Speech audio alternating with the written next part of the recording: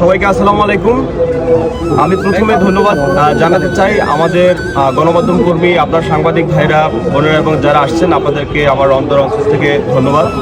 আমি সেই সাথে ধন্যবাদ জানাতে চাই আমার এই দুর্দিনে বৈষম্যবিরোধী ছাত্র আন্দোলনের পটুয়াখালী জেলার আমার ভাই বোনেরা এবং অন্য দলমত নির্বিশেষে যারা এখানে আছেন সবাইকে ধন্যবাদ জানাই। আমি যেটা বলতে চাই, আপনারা সবই জানেন আমি জুলাই আগস্টে ফ্রন্টে থেকে আন্দোলন করেছি বরিশাল বিশ্ববিদ্যালয়ের সামনে থেকে। সেটা দেশের মানুষ, দেশের সবাই জানে, আপনারাও জানেন। এবং সর্বশেষ আমি ধানমন্ডি 32-এ বুলডোজারের উপরে উঠে, ট্র্যাকের উপরে উঠেও আমি স্লোগান দিয়েছি। ওটার পরেই আমার মনে হয় স্বৈরাচার তো বলেছেই যে যারা ধানমন্ডি 32 ভেঙেছে তাদের ঘর বাড়ি থাকবে না, জ্বালায় পোড়ায় দেওয়া হবে। তো ধানমন্ডি 32-এর পরেই আমার বাড়ি, এটাই মনে হয় প্রথম তাদের প্রতিশোধ, জ্বালায় পোড়ায় দেওয়া।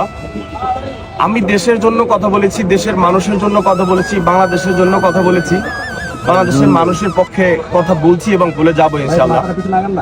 যার সূত্র ধরে এই স্বৈরাচার পালিয়ে গিয়েও স্বৈরাচারের বিষ দাঁত দিয়ে, কামড় দিয়ে আমার এত বড় একটা বাড়ি এক নিমিষে ভেনিশ করে দিয়েছে।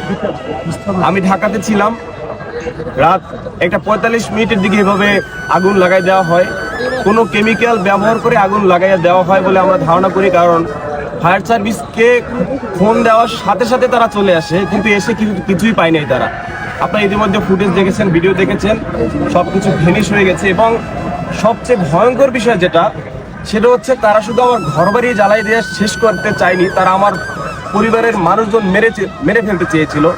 কারণ আমার বাবা যখন দেখে যে আগুন জ্বলে তখন সে দরজা খুলে বের হতে চেয়েছে, সে বের হতে পারেনি। দেখে যে দুই পাশে দরজায় বাহির থেকে রশি দিয়ে বাঁধা। তারপর আমার বাবা ঘর ভেঙে, দরজা ভেঙে তারপরে বাইর হয়। এর চেয়ে আরো ভয়ঙ্কর বিষয় হচ্ছে, কষ্টের বিষয় হচ্ছে, আমার বাড়িতে আমার মা বাবা, ভাই ভাবি, অনলি 4 মান্থের আমার ভাতিজি ছিল, জাস্ট 4 মাস এবং 4 বছর আমার ভাতিজা। সবাই আজকে আমি কিছুই পেতাম, আজকে আমি তো আপনাদের সাথে কথা বলছি, আজকে এজ এ কাফি এতিম থাকতাম, আমি কিছুই পেতাম না। দেখছে আপনারা আমার বাড়িতে গেছেন, দেখছেন সব কয়লা, এরকম কয়লার মতো আমি পেতাম। তো রাখে আল্লাহ, মারেকে আল্লাহ বাঁচাইছে, তারা বের হতে পারছে। তো এই দিক থেকে আজকে আমার সাথে এটা হয়েছে। আমরা যারা বৈষম্য বিরোধী আন্দোলন করেছি, জুলাই আগস্টে আন্দোলন করেছি, 32 যারা ছিলাম, আজকে আমার সাথে হয়েছে। আমি খুব ভয়ে আছি যে আমার সহযোদ্ধাদের সাথে এটা যেন কখন হয়ে যায়। তো সেইটা যেন না হয়, সেই জন্য আমি 7 দিনের আলটিমেটাম দিয়েছি এই সরকারকে। এই সরকারকে তো জুলাই আগস্ট আন্দোলন করে আমরাই বসাইছি, ভাই কথা বলতে হবে। এই সরকারকে তো আমরাই বসাইছি, স্বৈরাচারকে সরিয়ে দিয়ে এই সরকারকে আপনি আমি, কবি সাহিত্যিক, জার্নালিস্ট, লেখক, আমজনতা সবাই মিলে আমরা বসাইছি। তা আমাদের তো নিরাপত্তার দরকার আছে। আমরা যারা ফ্রন্টে থেকে আন্দোলন করেছি, আমাদেরকে তো টার্গেটে তারা রাখছি। আজকে আমার ঘর বাড়ি ভেঙে ফেলছে, আমার খুব ভয় হয় আমার সহযোদ্ধার যেন কবে হয়ে যায়। সেই জন্য আজকে আমি পটুয়াখালী এসেছি, ডিসি সাহেবের সাথে কথা বলেছি, এসপি সাহেবের সাথে কথা বলেছি। তাদের সাথে কথা বলে অসম্ভব ভালো লেগেছে। তারা তাদের জায়গায় 100% শক্ত, তারা টিম গঠন করেছে, তদন্তের জন্য তারা লোক বের করে দিয়েছে। সেই সাথে আমি এই সরকারকে 7 দিনের আলটিমেটাম দিয়েছি। আমি 7 দিনের ভিতরে যদি স্বৈরাচারের দোষরদের আইনের আওতায় এনে যথাযথ বিচার না করা হয়, 7 দিনের ভিতরে যদি আমার এই পোড়াঘর সরিয়ে পুনর্গঠন যদি কাজ শুরু না করা হয়, আমি একা রাজপথে লড়বো।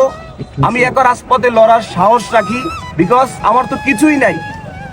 আমার ঘর বাড়ি শেষ, আমার বাবাকে মেরে ফেলার সিস্টেম তারা করেছিল, আমার তো কিছুই নাই। তো এই বিচার যদি আমি 7 দিনের ভিতরে না পাই, আমার পুরো ঘর সরিয়ে যদি পুনর্গঠন কাজ শুরু না করা হয় 7 দিনের ভিতরে, একদিন অলরেডি চলে গেছে, আমি একা রাজপথে লড়বো। আমি বিশ্বাস করি আমার এই দুর্দিনে বৈষম্যবিরোধী ছাত্র আন্দোলনের ভাইয়েরা আমার পাশে থাকবে, দেশের বিপ্লবী মানুষ, ছাত্র জনতা আমার পাশে থাকবে, সাধারণ মানুষ আমার পাশে থাকবে, সমস্ত দলমত নির্বিশেষে বাংলাদেশের দেশপ্রেমিক আমার পাশে থাকবে ইনশাআল্লাহ।